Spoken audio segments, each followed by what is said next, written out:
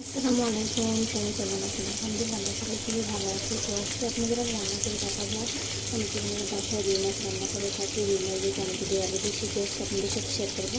তো মাছটা কিন্তু আমি ভালোভাবে ভেজে নিতেছি। তো কীভাবে রান্না করতেছি আপনাদের সাথে আজকে সেগুলো আপনি যারা ইউটিউব থেকে দেখতেছেন তারা অবশ্যই লাইক করবেন, সাবস্ক্রাইব করে বেল আইকনটি বাজিয়ে দেবেন। যারা ফেসবুক থেকে দেখতেছেন তারা অবশ্যই লাইক করবেন, কমেন্ট করবেন, শেয়ার করবেন, ফলো দেবেন। তো সবাই আমার পাশে থাকবেন, আমার একটু সবসময় সাপোর্ট করবেন, যাতে সুন্দর সুন্দর ভিডিও আপনাদের নজরে আসতে পারে। তো সবাই ভালো থাকবেন। তো চলেন কীভাবে রান্না করে শিখে আসতে আপনাদের সাথে শেয়ার করবেন। মাছটা আমি ভালোভাবে লাল হয়ে একটু ভেজে নেব। মাছটা কিন্তু ভালোভাবে ভাজা হয়ে গেছে, এবার আমি নামিয়ে নেব। মাছটা এতটাই সুন্দর আর অনেক ফ্রেশ, দেখতেই বোঝা যাচ্ছে এতটা নরম। মাছটা খেতে খুবই মজা হয়েছে, দেখতেই বোঝা যেতেছে। তো মাছটা আমি সব নামিয়ে নেব। এবার দিয়ে দেবো পেঁয়াজ কুচি, দিয়ে দেবো একটা মরিচ, পেঁয়াজটা লাল করে ভেজে নেব।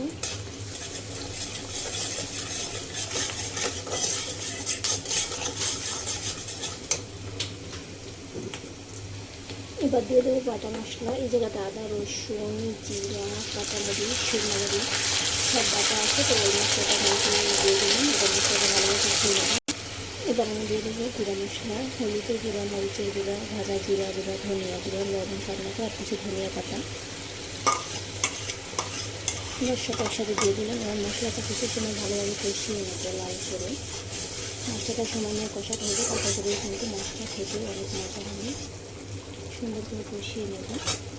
তো ধনিয়া পাতাটা দেওয়ার চেষ্টা করবেন, এতে করে কিন্তু সুন্দর একটা ঘেরানো আসবে, তরকারিটা ঘেরানো ধরে যাবে। আবার শেষের দিকেও দিতে পারেন। মশলা খুব সুন্দরভাবে কষানো হয়ে গেছে। এবার আমি আলুটা দিয়ে দেবো। আলুটা দিয়ে মশলাটা আবার কিছু সময় কষিয়ে নেব।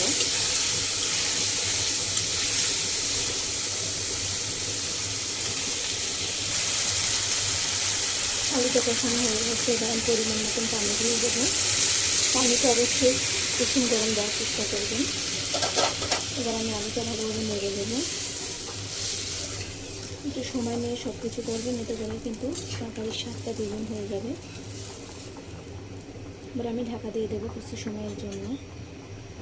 তো হয়ে গেলে তখন আমি ধনিয়া পাতা আর মাছটা টমেটো দিয়ে নামিয়ে নেব। ঝোল থাকা অবস্থায় কিন্তু মাছটা দিয়ে দিতে হবে, এতে করে মাছের ভিতরে ঝোলটা ঢুকবে।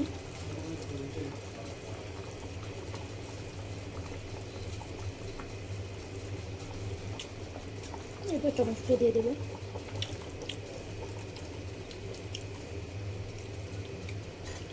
এবার কিছু সময় ঢাকা দিয়ে দেবো।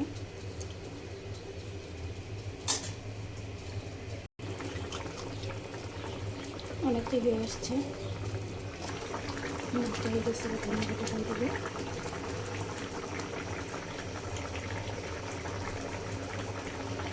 কিছু সময় জল দিয়ে তখন নামিয়ে নেবো।